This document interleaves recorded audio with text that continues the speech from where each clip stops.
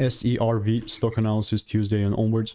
Am I buying? I'm covering all that in the short 1-minute video, so watch till the end. SERV Robotics is sitting at $22.85, 20% up for Monday, and I am like deliberately bullish. Now, before I get in this deeper, I've done 34,000 videos over the last 4 years, spent thousands of dollars in course mentions and documented everything. But this thing was called out way beforehand, and I do have the proof to back it up. Over right here.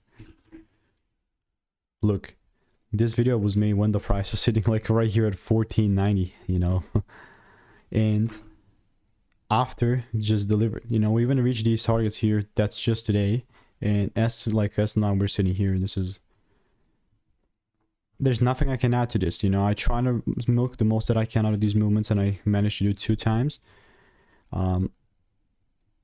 I'm obviously going to keep, I'm still biased towards the bullish side, but the only thing that I'll buy is if I see deeper retracements or something like that inside the money areas. But for right now, since it just delivered, I need to wait. So if you want to make more money trading in a simple and elite way, click the first link in the description. It's a free newsletter.